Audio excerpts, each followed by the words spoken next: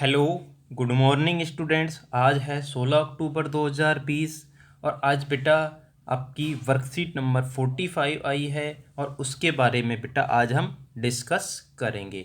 मैं हूं बेटा मदन मोहन अवस्थी सर। आपको बेटा वर्कशीट के बारे में बताऊंगा। इस वर्कशीट में बेटा मेंडलीफ की आवर्त सारणी के बारे में बताया गया है। मेंडलीफ आवर्त सारणी की विशेषताएं और मेंडलीफ आवर्त सारणी की सीमाएं। बेटा मेंडलीफ आवर्त सारणी की विशेषताओं के बारे में आपको बताया गया था पहले भी पिछली वर्कशीट में कि मेंडलीफ ने आवर्त सारणी में कुछ रिक्त स्थानों को छोड़ा, उनके गुणधर्मों के बारे में अध्ययन किया, उत्कृष्ट गैसों के लिए उन्होंने जगह बताई, है ना, और उसके बाद इसकी सीमाओं के बारे में बताया। अब बेटा क्वेश्चंस के बारे में हम डिस्कस करते हैं तो ये सब चीज़ें हमारे सामने आ जाएंगी। तो सबसे पहले हम क्वेश्चन को डिस्कस करते हैं।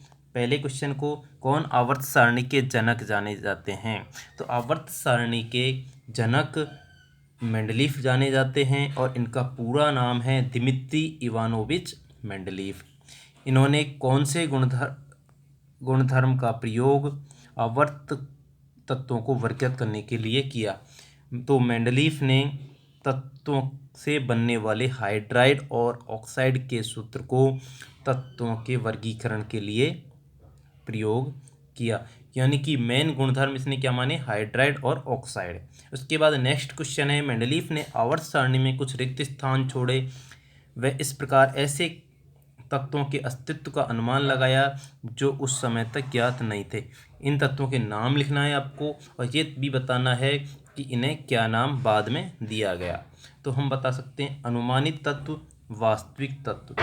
अनुमानित तत्व एका बोरोन, एका एल्युमिनियम, एका सिलिकॉन। इनका बाद में जब ज्ञात किए गए ये, तो एका बोरोन की जगह पर स्कैंडियम को खोजा गया, एका एल्युमिनियम की जगह पर गैलियम को खोजा गया और एका सिलिकॉन की जगह जर्मेनियम को खोजा गया। अब प्रतीक इनका बात देखें, स्कैंडियम को Sc से डिनोट करते हैं, गैलियम को Ga से और जर्मेनियम को Ge से। आगे बात समझ में बेटा। नेक्स्ट क्वेश्चन की हम बात करें, मेंडलीफ आवर्त सारणी की उपलब्धियां लिखिए।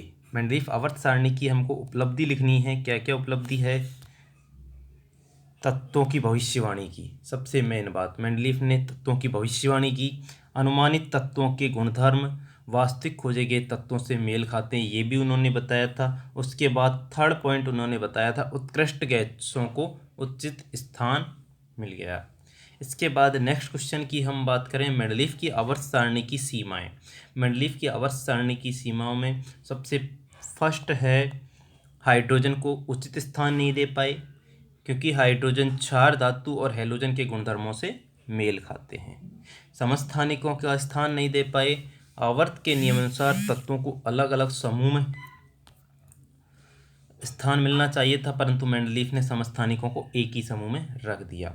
इसके बाद भारी तत्वों को हल्के तत्वों से पहले रख दिया मेंडलीफ ने, ये भी उसकी कमी थी। और एक कमी ये थी कि अष्टक समूह को उप समूह में नहीं बांटा उन्होंने, क्योंकि बाकी जो पहले 7 समूह थे उनको मेंडलीफ ने ए और बी उप समूह में बांटा था। ओके बेटा।